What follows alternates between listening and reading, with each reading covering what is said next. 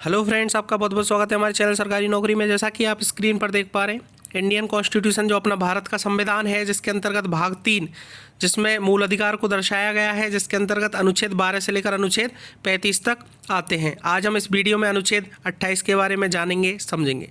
जिनको अनुच्छेद 12 से लेकर अनुच्छेद 27 तक समझना है, पढ़ना है, डिस्क्रिप्शन में भाई लिंक दे रखी है, जाओ अच्छे से नोट्स बनाओ और अच्छे से पढ़ो। तो बात करें हम अनुच्छेद 28 की, उससे पहले आप एक बार चैनल को सब्सक्राइब कर लो, बेल आइकन दबा लो, जिससे वीडियो की नोटिफिकेशन आपके पास पहुंच जाए और इस तरह की वीडियो इस चैनल पर आती रहती है। तो बात करें अनुच्छेद 28 की, तो 28 क्या कहता है, जैसे मैंने आपको समझाया, अनुच्छेद 25 से लेकर अनुच्छेद 28 तक धार्मिक स्वतंत्रता का अधिकार है। धर्म की अपने को स्वतंत्रता का बिल्कुल पूर्णतः अधिकार दिया गया है संविधान में। जैसे अनुच्छेद 23-24 शोषण के विरुद्ध अधिकार था, अनुच्छेद 19 से लेकर अनुच्छेद 22 था स्वतंत्रता का अधिकार, अनुच्छेद 14 से लेकर अनुच्छेद 18 तक था अपना समानता या समता का अधिकार। इसमें इसी तरह अनुच्छेद 25 से 28 है अपना धार्मिक स्वतंत्रता का अधिकार। 25 में मैंने आपको बताया, स्पीड में बता देता हूँ एक बार और, कि अंतःकरण मतलब किसी भी धर्म को मानने की आपको स्वतंत्रता है।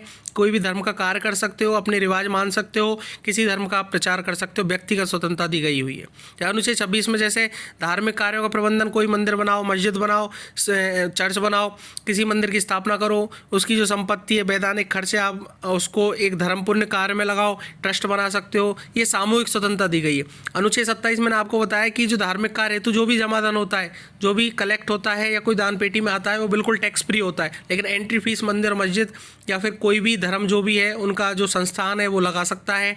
वीआईपी के लिए अलग, नॉर्मल के लिए, जल्दी दर्शन के लिए जो टैक्स लगता है। अनुच्छेद 28 क्या बोलता है कि राज्य निधि से पूर्णतः पोषित किसी शिक्षा संस्थान में कोई धार्मिक शिक्षा नहीं दी जाएगी। मतलब जो सरकारी खर्च से चलने वाली संस्थान है, जैसे स्कूल की बात करें, सरकारी जो स्कूल है या कोई सरकारी ऑफिशियल जो अपनी डिपार्टमेंट है, उनमें जो सरकार के द्वारा चल रहे हैं, सरकारी खर्च से चल रहे हैं, उसमें किसी भी संस्था में कोई धार्मिक शिक्षा नहीं दी जाएगी, धार्मिक शिक्षा देने के लिए बाध्य नहीं किया जाएगा। यह अनुच्छेद 28 का पहला पॉइंट बोलता है। अनुच्छेद 28 का सेकंड पॉइंट क्या है कि खंड 1 जो मैंने अभी बताया कि कोई बात ऐसी शिक्षा संस्था को लागू नहीं होगी जिसका प्रशासन राज्य करता है, किंतु जो किसी ऐसे विन्यास या न्यास के अधीन स्थापित हुई है जिसके अनुसार उस संस्था में धार्मिक शिक्षा देना आवश्यक है।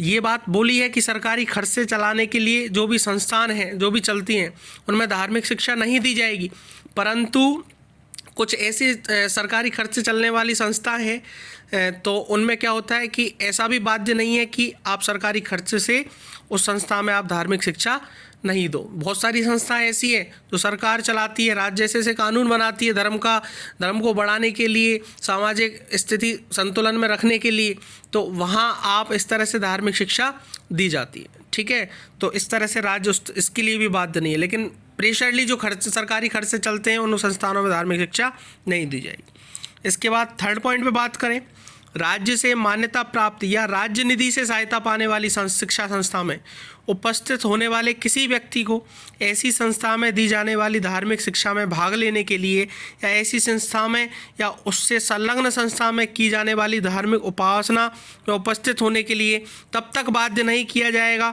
जब तक कि उस व्यक्ति ने या यदि वह अवयस्क है तो उसके संरक्षण ने इसके लिए अपनी सहमति नहीं दे दी हो। इसका मतलब ये है कि कोई भी राज्य निधि की सहायता पाने वाली शिक्षा संस्था है, जैसे आपने देखा होगा कि सरकारी खर्च में क्या होता है, सरकारी जो स्कूल हैं उनमें पोषण की व्यवस्था की गई है, ठीक है ना, खाने पीने की व्यवस्था की गई है, ठीक है ना। यदि वो व्यक्ति जो इसका उपभोग कर रहा है, मतलब जिस बच्चे को ये खाना मिल रहा है वो तैयार है तो ही आप प्रेशर कर सकते हो, बाध्य नहीं कर सकते। या उसका अवयस्क है तो उसके जो घर वाले हैं, परिजन हैं, या जो उसका संरक्षक है, वो यदि बोल देता है तो ही उसको परमिशन मिलती है, तभी आप उसको बाध्य किसी चीज़ के लिए इस तरह से नहीं कर सकते।